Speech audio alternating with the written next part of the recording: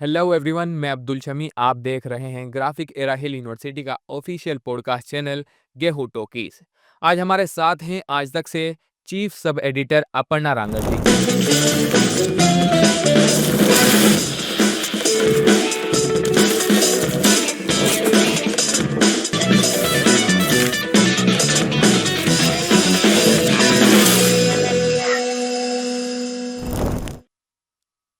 Aparna रांगल journalism में gold medallist रह चुकी हैं और ग्राफिक एरा हिल यूनिवर्सिटी की एलुमनाई भी हैं। मैं आपको बताना चाहूँगा, इन्होंने ईटीवी भारत और टीवी 9 भारतवर्ष जैसे बड़े प्लेटफॉर्म्स पर भी काम किया है। करंटली वो आज तक इंडिया टुडे ग्रुप से जुड़े हैं। मैम, आपका बहुत बहुत स्वागत है हमारे पॉडकास्ट गेहूं टॉकीज में। Thank you Abdul, thank you गेहूं अपॉर्चुनिटी के लिए। So grateful. मैम, सबसे पहले कैसे हैं आप?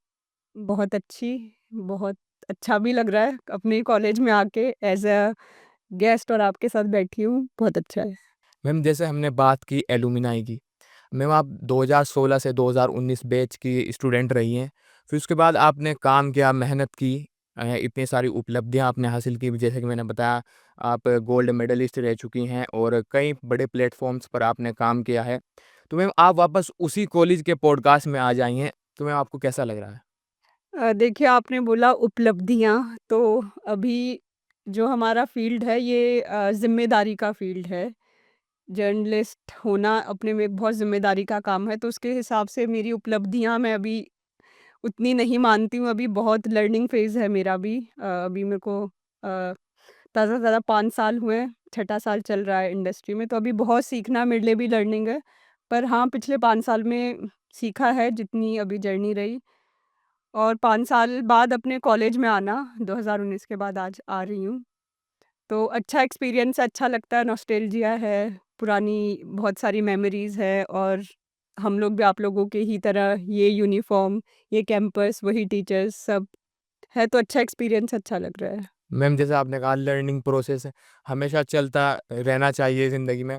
मैम, हम कोविड के बाद के बैच के स्टूडेंट हैं, आप कोविड से पहले के बैच के स्टूडेंट हैं।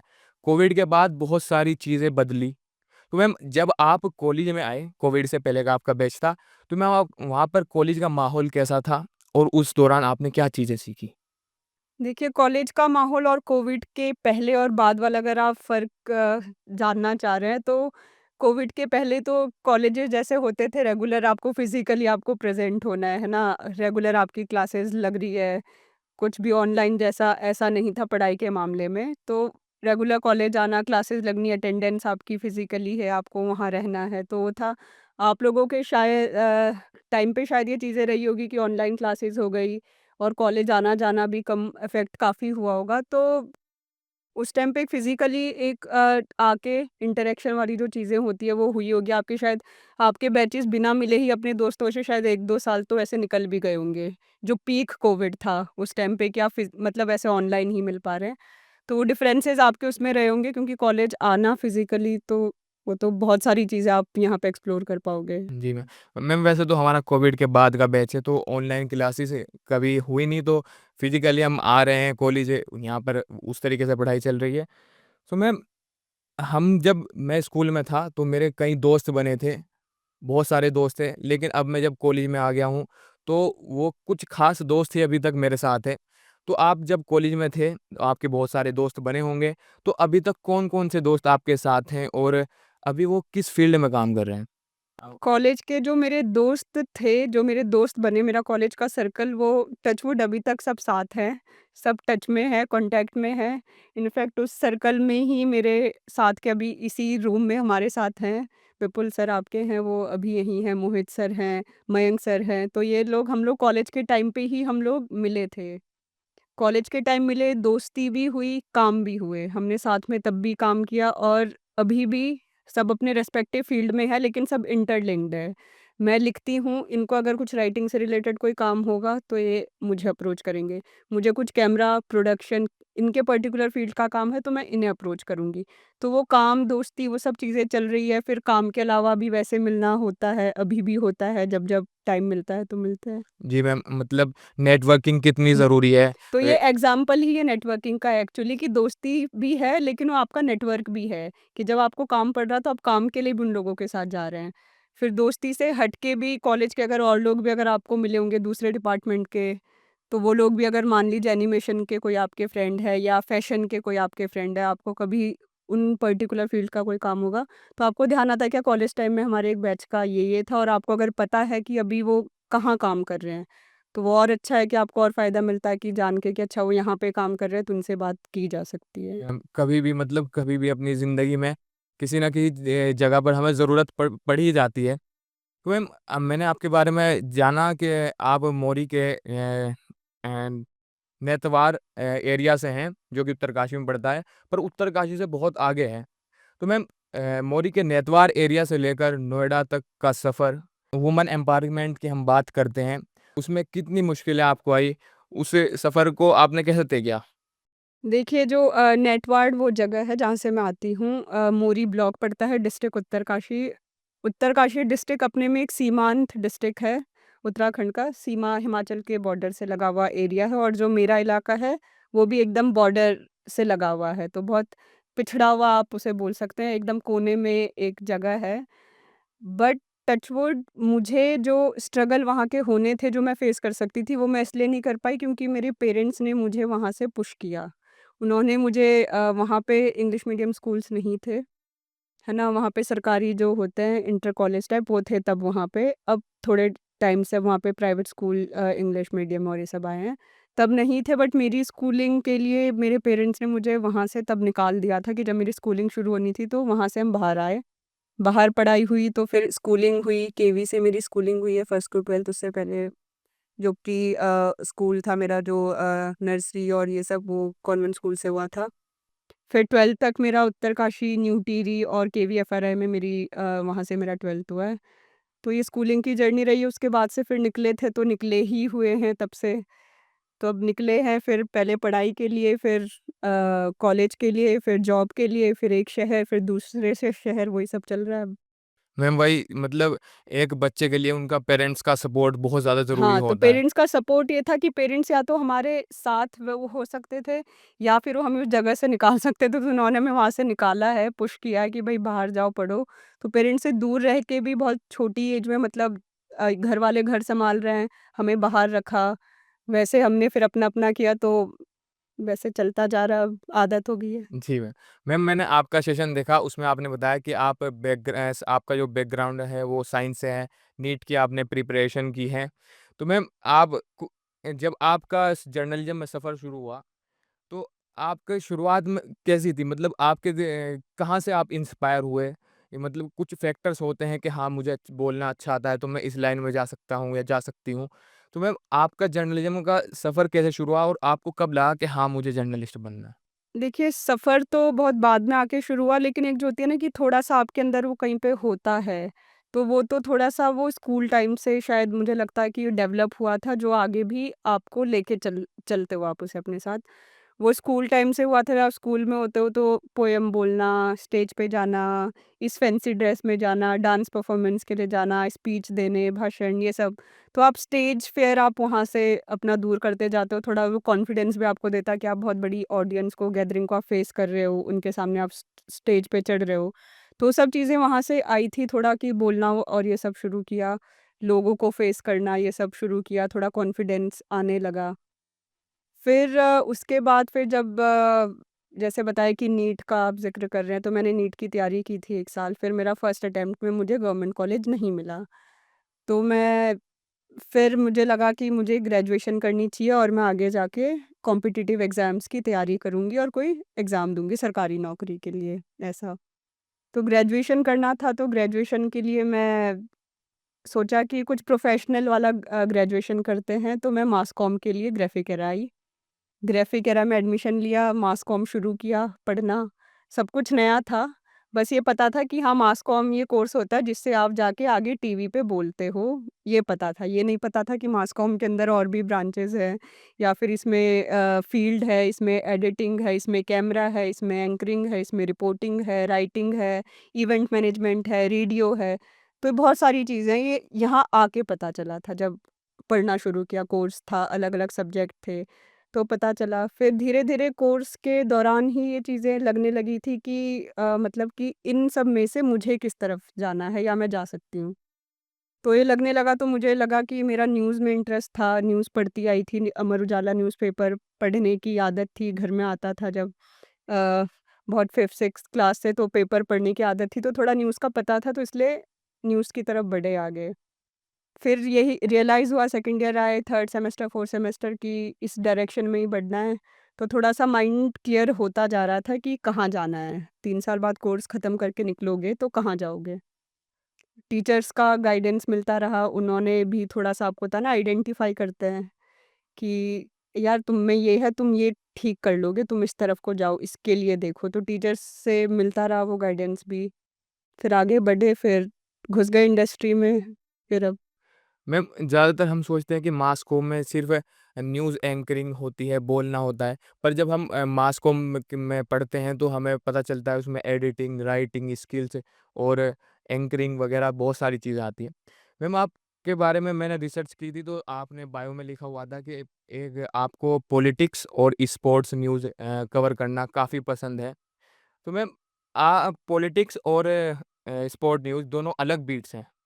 तो मैम, आपका दोनों अलग-अलग बीट्स में कैसे दिलचस्पी आपकी बनी? देखिए, जो मीडिया फ़ील्ड है ना या न्यूज़ फ़ील्ड है, न्यूज़ में सब कुछ है, बहुत वास्ट है फ़ील्ड पहले तो मतलब इतने टॉपिक है, इतनी बीट्स है, फिर आप अंदर घुसते हो। स्पोर्ट्स है, डे टू डे है या सोसाइटी की जो हमारे आस-पास की जितनी घटनाएँ हो रही है, वो सब चीज़ें हैं। स्पोर्ट्स अलग है, एंटरटेनमेंट अलग है, लाइफ़स्टाइल है, बिज़नेस है, साइंस है, टेक्नोलॉजी है, तो बहुत सारी बीट्स है। तो मेरा बेसिकली थोड़ा पॉलिटिक्स वाला था क्योंकि न्यूज़ में ज़्यादातर पॉलिटिक्स इंडियन मीडिया में है रेलेवेंट बहुत ज़्यादा है। पॉलिटिक्स का और आस-पास की चीज़ें क्या है वो सब चल रही है। स्पोर्ट्स का आपने ज़िक्र किया तो स्पोर्ट्स मेरा कोर नहीं है मतलब जो स्पोर्ट्स होता है वो नहीं है बट हाँ, कि स्पोर्ट्स से रिलेटेड किसी की कोई सक्सेस स्टोरी है ना? किसी ने कोई अचीवमेंट है तो मैंने वो स्टोरीज़ कवर की या मेरे कॉन्टैक्ट्स थे तो मैंने उनसे बात की, उनकी जर्नी जानी, तो उस तरीके के स्पोर्ट्समैन या उस तरीके की स्टोरीज़ को किया है। पॉलिटिक्स में है तो आस-पास जो चल रहा है इलेक्शन सब थोड़े पिछले कुछ सालों में कई विधानसभा इलेक्शंस देखे हैं, काम किया है, लोकसभा इलेक्शंस के लिए काम किया है। बीच-बीच में कहीं न किसी राज्य के इलेक्शंस होते रहते हैं। तो वो सब चीज़ें हैं, बीच-बीच में चलता रहता है, तो पॉलिटिक्स तो मेन काम है और मैं नेशनल का है क्योंकि हमारा काम तो नेशनल मीडिया में तो पॉलिटिक्स सेंटर की है, फिर स्टेट की भी आ जाती है। जी मैम, बिल्कुल। मैम, आपको पहाड़ों में घूमना और पहाड़ी संस्कृति के बारे में जानने का बहुत शौक है। तो मैम, आप कोई पहाड़ी कल्चर की बात जो आप हमारी ऑडियंस को बताना चाहेंगी? देखिए, पहाड़ी तो मैं हूँ क्योंकि पहाड़ उत्तरकाशी पहाड़ी ज़िला है, मैं पहाड़ से आती हूँ और तो वो आपके अंदर रहता है हमेशा और आपकी रूट्स क्योंकि वो है तो मैं वो बहुत बिलीव करती हूँ आपकी जो लोकल मान्यताएँ हैं, संस्कृति है, आपका खान-पान है, पहनावा है, भाषा है, तो अच्छा है क्योंकि मेरे घरवाले अभी भी वहीं रह रहे हैं शायद इसलिए मैं हमेशा कनेक्ट करती हूँ उन चीज़ों से और मैं जात घरवाले रह रहे हैं तो मैं रेगुलरली जाती भी हूँ, फैमिली वहीं पर है, सब कुछ है। तो जो पहाड़ की चीज़ें हैं अब उत्तराखंड में भी क्या है ना कि हर इलाके की अपना कल्चर, अपनी संस्कृति है और थोड़ी डाइवर्सिटी भी है। आप हर ज़िले में जाएँ तो उनका थोड़ा-सा पहनावा अलग होगा या बोलचाल में भी जो गढ़वाल के जो ज़िले हैं उनमें सब में थोड़ी-सी वेरिएशन है भाषा की, थोड़ी पौड़ी की गढ़वाली अलग होगी, टिहरी की थोड़ी अलग है, उत्तरकाशी की अलग है, जो मेरे एरिया है वहाँ की बोली बहुत अलग है ना? पहनावा अलग है, तो मेरे एरिया की तो मैं बात करूँ तो मेरे एरिया का तो पहनावा है, मैं उसको बड़ा पसंद करती हूँ, एडमायर करती हूँ। भाषा है और थोड़ी-सी वहाँ की कुछ चीज़ें अलग है, तो मेरी कोशिश रहती है कि काम के ज़रिए भी मैं उनको अगर हाइलाइट कर सकूँ कि वहाँ के कोई ऐसे फेयर हो रहे हैं या कोई मेले इस तरीके के होते हैं जिनके बारे में लोगों को नहीं पता या हमारे कुछ कल्चर ऐसे हैं, हमारे वहाँ पे डांस फॉर्म्स कुछ अलग होती है, उनको हाइलाइट करना। कल्चरली वो देखते हैं बहुत कलरफुल सा है पहनावा तो अच्छी लगती है वो चीज़ें एक्सप्लोर करना चाहिए सबको। हमारे एरिया में बहुत अब सिर्फ़ कल्चर वाइज़ नहीं मतलब टूरिज़्म वाइज़ भी बहुत कुछ है वहाँ पे देखने को, बहुत अच्छे सुंदर से खूबसूरत ट्रैक है। ट्रैकिंग की जगह है, कुछ ऐसे गाँव हैं जिनका आर्किटेक्चर, वहाँ की जो बसावट है वो कुछ इस तरीके से है कि आप जाओगे तो देख के लगेगा कि यार ये एक अलग शैली का पहाड़ी शैली के घर बने हैं। तो उसमें अलग-अलग सी चीज़ें तो जाना चाहिए, वो रूरल टूरिज़्म एक तरीके से है। आप जाइए रूरल टूरिज़्म एक्सप्लोर कीजिए, गाँव घूमिए, कल्चर आप समझ आएगा कैसे खाते-पीते हैं, रहते हैं वहाँ पे लोग। जी मैम, उत्तराखंड एक बहुत डाइवर्स है, वहाँ पर अलग-अलग कल्चर के लोग हमें मिल जाएँगे और अलग-अलग तरीके का पहनावा हमें मिल जाएगा। सो मैम, आपका मैं सेशन देख रहा था तो आपने कहा था कि उत्तराखंड मेरे अंदर से नहीं जाता। तो मैम ऐसी क्या प्रेरणा है जो आपके अंदर से मैम उत्तराखंड नहीं जाता? कोई ऐसी बात? प्रेरणा मैंने जैसे भी ज़िक्र किया कि मेरा वहाँ से होना, मेरी फ़ैमिली का वहाँ पे होना, तो वो मैं क्योंकि कनेक्टेड हूँ, मैं जा रही हूँ तो वहाँ पे मैं जा रही हूँ साल में वहाँ पे हमारे जैसे हम लोग बिलीव करते हैं हमारे जो ईस्ट कुल देवता होते हैं देवता, तो उन पे मैं बिलीव करती हूँ। क्योंकि मैं उन चीज़ों के बीच बड़ी हुई हूँ, मेरे आस-पास उन चीज़ों का ज़िक्र है, मेरे घर में उन चीज़ों का ज़िक्र हो रहा है। तो मुझे दूसरी चीज़ ये भी लगती है कि अभी जैसे जो पलायन वाला है ना, अब हम भी पलायन एक तरीके से कर चुके हैं कि मैं वहाँ से निकल के अगर मैं देहरादून भी पढ़ने आ रही हूँ या बहुत सारे बच्चे होंगे जो दूसरे इलाकों से या दूसरे पहाड़ी इलाकों से आके देहरादून आते हैं पढ़ने। फिर देहरादून से आप बाहर दूसरी स्टेट भी जा रहे हो तो एक तरीके से इंटरनल पलायन है, फिर उसके बाद आप स्टेट वाइज़ पलायन कर रहे हैं। तो उस तरीके से आप थोड़ा दूर होते हो लेकिन अगर ये कि आपके आस-पास ज़िक्र होता रहे ना और थोड़ा-सा आप खुद से भी दिलचस्पी रखो जानने की या आपके घर वाले भी आपके अंदर ये चीज़ें डालते रहे तो ज़रूरी है शायद अभी सबके लिए मुझे लगता है कि आप ज़िक्र करते रहें न्यू जनरेशन से भी। उन्हें अपने मेलों के बारे में बताओ, उन्हें अपने खान-पान के बारे में बताओ। आप जो बातचीत कर रहे हैं भाषा उनसे बोलते रहो तो बच्चों के अंदर वो चीज़ आएगी। आप उनको एक तरीके से आप गानों के थ्रू आप पहाड़ी गढ़वाली गाने उनके आस-पास अगर सुन रहे हैं तो बच्चों को वो चीज़ लगेगी कि अच्छे पहाड़ी अच्छे तो सुना है हमने या उनको धीरे-धीरे कोई उसके वर्ड कैच कर जाएँगे वो, है ना? तो ये चीज़ें आस-पास करती रहनी चाहिए शायद घर में या हम अब बड़े हैं तो हम अपने छोटे भाई-बहन जो है और यंग जनरेशन के उनके आस-पास बताएँ, उन्हें बात करें। जी। जी, हम जहाँ से हम बिलॉन्ग करते हैं, हम वहाँ के लिए हमें कुछ करना चाहिए, ताकि वहाँ के लोगों के लिए कुछ अच्छा हो, फ़ायदा हो उनका। सो मैम, हम उत्तराखंड की बात कर रहे हैं, तो हम उत्तराखंड के बड़ा मुद्दा भू-कानून की बात ज़रूर करना चाहेंगे। मैम, कल ही की खबर है, उत्तराखंड के बजट सत्र में पारित कर दिया गया है भू-कानून और कैबिनेट मिनिस्ट्री को भी मंजूरी दी गई है। तो मैम, हमारी ऑडियंस पूरे भारत देश में से है और बल्कि हमारे देश के बाहर से भी हमारी ऑडियंस है। तो उनको भी ये जानना चाहिए कि भू कानून उत्तराखंड के लिए, उत्तराखंडियों के लिए क्यों ज़रूरी है? देखिए, बिल्कुल अभी ताज़ा-ताज़ा मामला है, अभी तो कल ही विधानसभा में इसको बजट सत्र में रखा गया था, पारित हुआ। उससे 2 दिन पहले ये सत्र कैबिनेट में लाया गया था। कैबिनेट से पास हुआ, कल विधानसभा से पास हुआ। अब कानून पहले भी था, ऐसा नहीं कि कानून नहीं था, पहले भी था, लेकिन पहले भी कुछ खामियाँ थी या फिर कुछ लोगों के मुताबिक जो यहाँ के लोग हैं, उनके मुताबिक चीज़ें नहीं थी कानून में, जिसके लिए अभी पिछले कुछ सालों में बहुत मुखरता से लोग आए हैं सामने, मुखर हुए हैं। चाहे इसमें यूथ हो, काफ़ी रैलियाँ हुई है, आक्रोश लोगों में काफ़ी था, सोशल मीडिया से लेकर भू कानून की बहुत माँग उठ रही थी। जी। तो हो रहा था तो गवर्नमेंट भी उस प्रेशर में आई, उन्होंने लोगों का उसका समझा तो कानून लाया गया, अभी कल ही कानून आया है क्योंकि तो अभी उसके अब उसमें उनकी बारीकियों में जाके देखना होगा कि कानून में क्या है, नए कानून में क्या लाया गया अभी अब उसके एनालिसिस अब कल ही क्योंकि आया ताज़ा-ताज़ा मामला तो उसके बाद अब एनालिसिस शुरू होंगे कि कानून में क्या चीज़ें हैं, क्या जो पहले नहीं था वो अब लाया गया है, उतना सख्त कानून बनाया गया है या नहीं बनाया गया है। कानून की बारीकियाँ जब समझेंगे, एक्सपर्ट से बात करेंगे तो उसमें और समझ आएगा कि कानून में क्या है।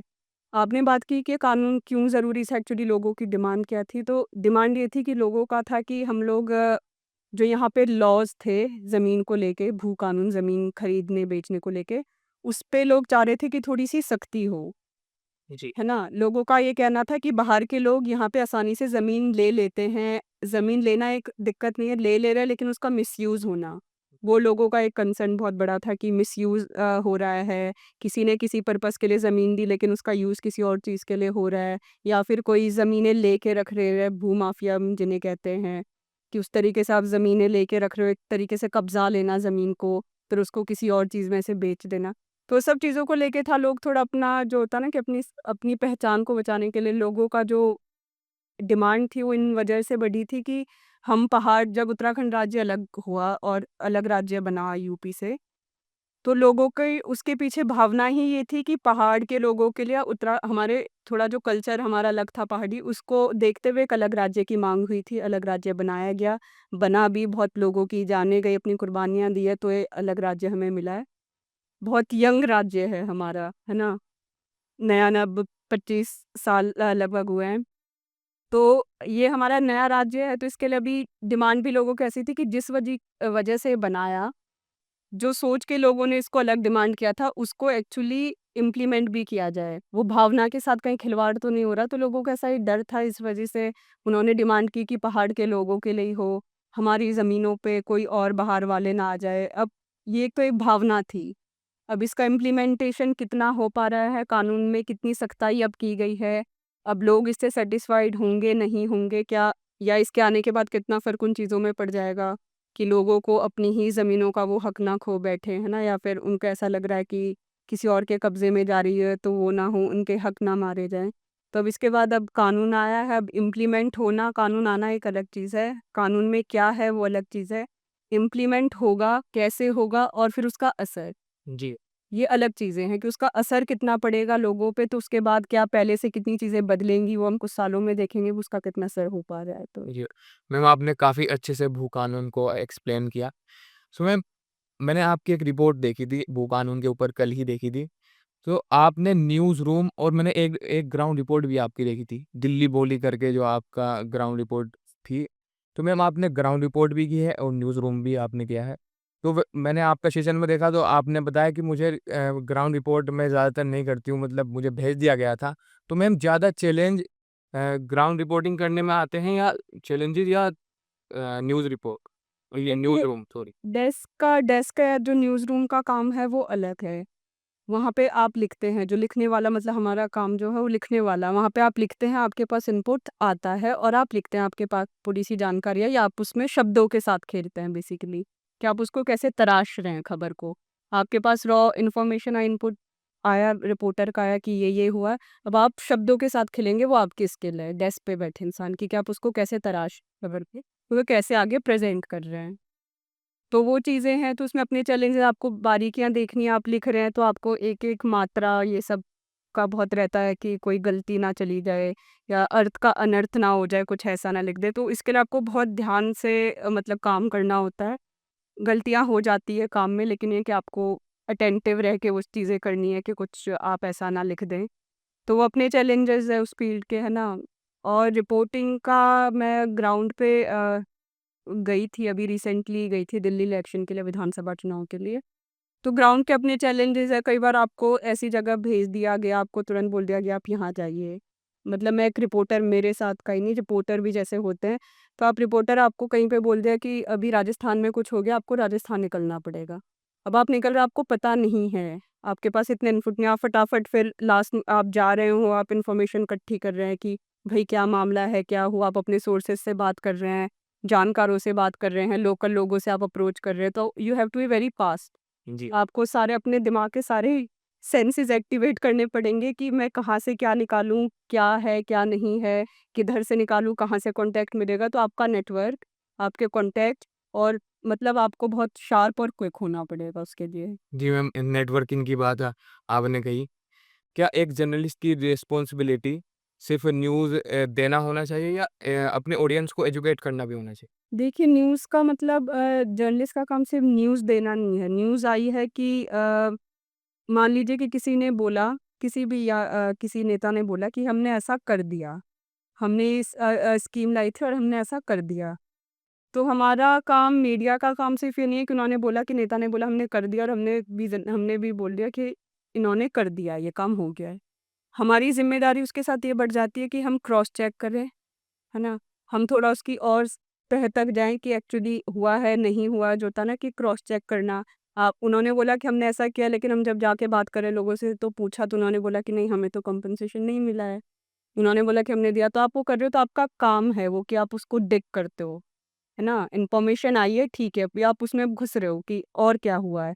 क्या हुआ है, क्या नहीं हुआ? कितनी खबरें हम देखते हैं कि बोला जाता है कि इन लोगों को इस स्कीम का फ़ायदा मिला है। हम लोगों के पास जाते हैं, बात करते हैं तो बोलते हैं कि नहीं, हमें तो नहीं मिला। ऐसा ही सब झूठा वादा कर दिया, हमें तब तक कुछ नहीं मिला, कोई कंपनसेशन नहीं मिला है। तो इस तरीके की चीज़ होती है, तो सिर्फ़ खबर नहीं देनी है, हमें उसको और एजुकेट करना है कि लोगों को, हम अपनी ऑडियंस को एक उसके साथ छोड़ के जाएँ, तो उनमें एक सेंस डेवलप हो सके। हम उन्हें मोल्ड नहीं कर रहे हैं, बट हम उनके साथ हम चीज़ रख रहे हैं इस तरीके से कि उनके अंदर उस पर्टिकुलर खबर का सही और गलत वो समझ सके कि इसका सही क्या है और इसका गलत क्या है। वो दोनों चीज़ें उनके सामने हम उन्हें रखें, और फिर उसके बाद शायद रीडर को और ऑडियंस को भी थोड़ा-सा सेंस अपनी और डेवलप करनी पड़ेगी कि वो देखिए फिर वो क्या उस चीज़ को कितना बिलीव कर रहे हैं, किस तरीके से दे रहे हैं। जी, मैम आपने बताया हमें एनालाइज़ करना चाहिए और अपनी ऑडियंस को अवेयर भी करना चाहिए, एजुकेट भी करना चाहिए। मैम आज के टाइम में डिजिटल मीडिया का ज़माना है, जब से इंटरनेट आया, तो मैम उसके साथ-साथ कम्युनिकेशन तो बहुत फ़ास्ट हो गया, मगर फ़ेक न्यूज़ और मिस इन्फॉर्मेशन जैसी चीज़ें भी बहुत बढ़ावा मिला। तो मैम आप उससे अपने आप को कैसे अकाउंटेबल रखती हैं?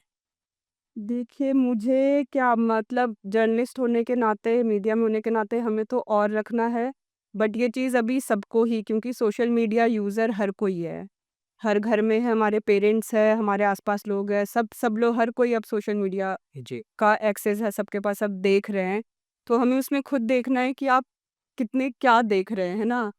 आप भी, मैं तो देख रही हूँ, मैं अगर कुछ ऐसा गलत कंटेंट, मैं कुछ इन्फॉर्मेशन मुझे मुझे लग गया कि शायद ऐसा हो गया और मैंने उस पे न्यूज़ अगर बना दी, तो वो मेरी ज़िम्मेदारी होगी कि मैं कुछ गलत तो नहीं देख लिया मैंने। जी, वो जैसे व्हाट्सएप कल्चर की हम बात व्हाट्सएप करके कुछ वहाँ पे आया और मैंने बिलीव कर लिया कि ऐसा हो गया, मैंने चला दिया, तो और हमारा न्यूज़ देख के और 50 लोग मिसइन्फॉर्म्ड हो जाएँगे ना।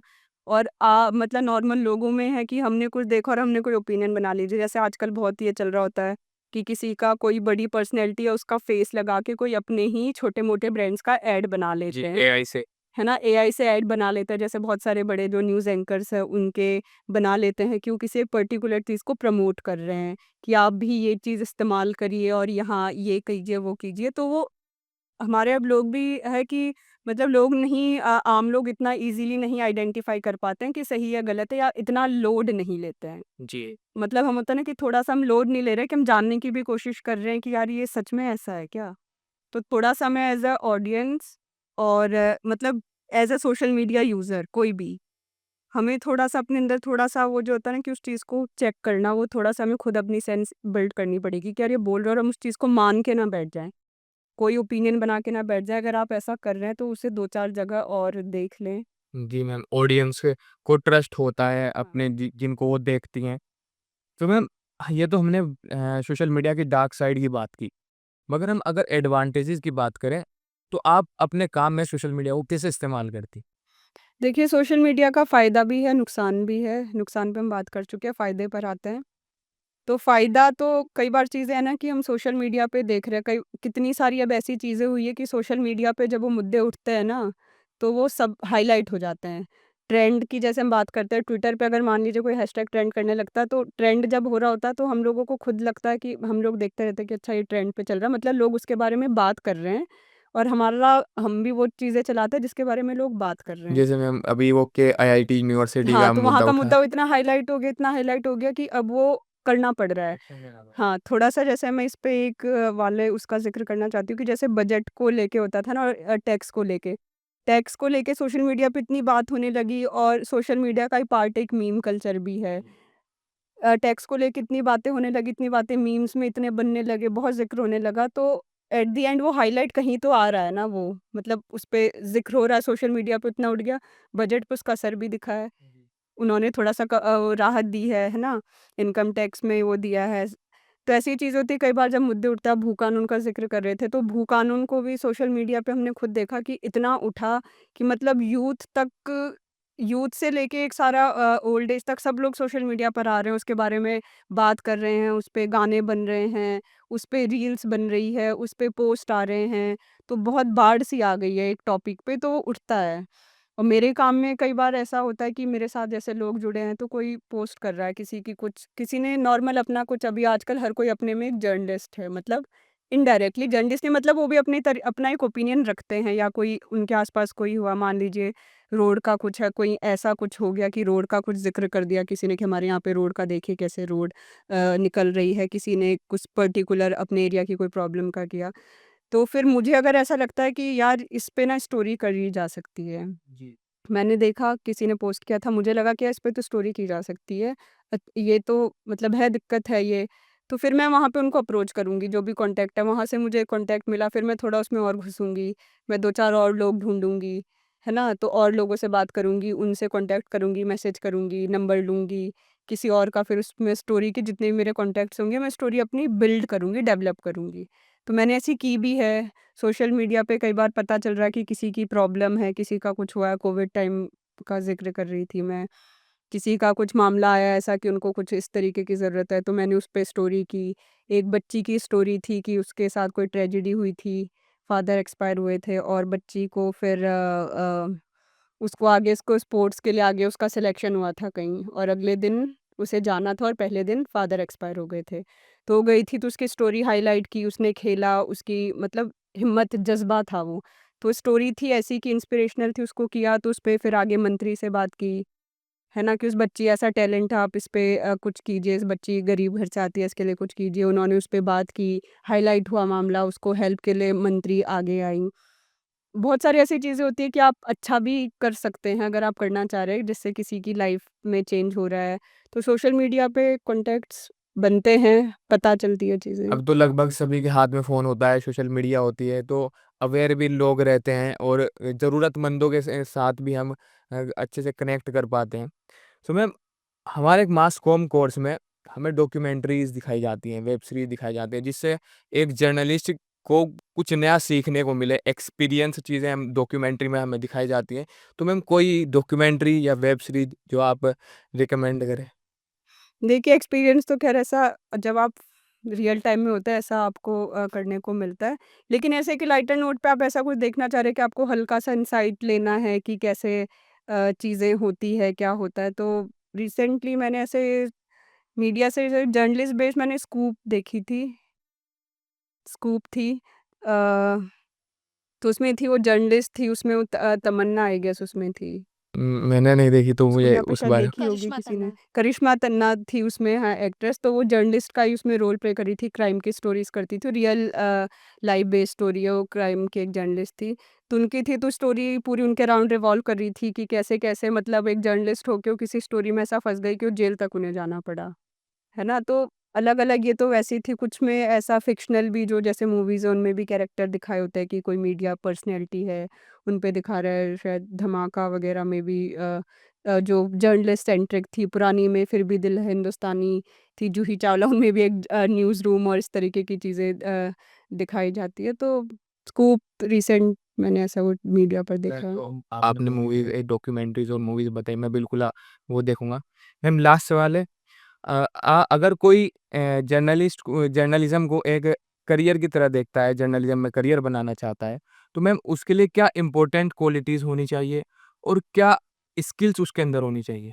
देखिए, जर्नलिज़्म की अगर आप मेन स्ट्रीम मीडिया की बात कर रहे हैं, जिसमें मैं ज़िक्र करूँगी यहाँ पे मतलब रिपोर्टिंग, एडिटिंग या राइटिंग वाली चीज़ों का, तो उसके लिए तो आपको पहले पढ़ना और जो जानकारी रखना वाली चीज़ है, फिर लिखने पर आते हैं, तो लिखने के लिए भी पहले पढ़ना, फिर लिखना। जी, जी। तो कि आप रेगुलर न्यूज़ राइटिंग अगर आप जैसे अभी कॉलेज में हैं, तो किताबें पढ़ना या ये सब चीज़ें या फिर न्यूज़पेपर पढ़ना है, मैगज़ीन, कुछ भी आप जो भी पढ़ सकते हैं, कुछ भी जो आपकी पसंद का हो, आप फ़िक्शनल किताबें पढ़ना चाहें वो पढ़िए, आप पेपर पढ़ना चाहें या फिर आप ब्लॉग्स पढ़ना चाहें, कुछ भी आप राइटिंग कुछ भी कंटेंट पढ़ेंगे तो उससे डेवलप होती है। अभी हम लोग खुद मतलब इस प्रोसेस में हमें आगे हम जब हमारे टाइम पे तब भी हमें चीज़ें बोली जाती थी, अभी भी बोली जाती है और हमें भी ये लगता है कि हाँ, ये ज़रूरी है कि पढ़ते रहें तो फिर थोड़ा लिखने की सेंस डेवलप होगी और स्ट्रॉन्ग आपकी राइटिंग स्किल्स होंगी।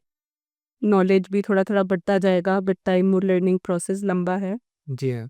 मैम, आपसे बहुत अच्छा लगा बातचीत करके और बहुत चीज़ें सीखने को मिली।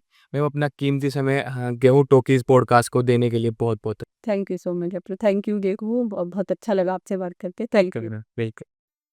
तो दोस्तों, ये थी खास बातचीत मिस अपर्णा रांगड़ जी के साथ। सच कहूँ तो जर्नलिज्म सिर्फ एक प्रोफेशन नहीं है, बल्कि जिम्मेदारी भी है, और हमारी एलुमनाइज इस जिम्मेदारी को बखूबी निभा भी रहे हैं। जब हम उनकी तरफ देखते हैं तो हमें बहुत खुशी मिलती है और बहुत चीज़ें सीखने को मिलती हैं। गेहूं टॉकीज और भी एलुमनाइज की कहानियां आप तक लाता रहेगा, बस हमारे साथ जुड़े रहिए। धन्यवाद।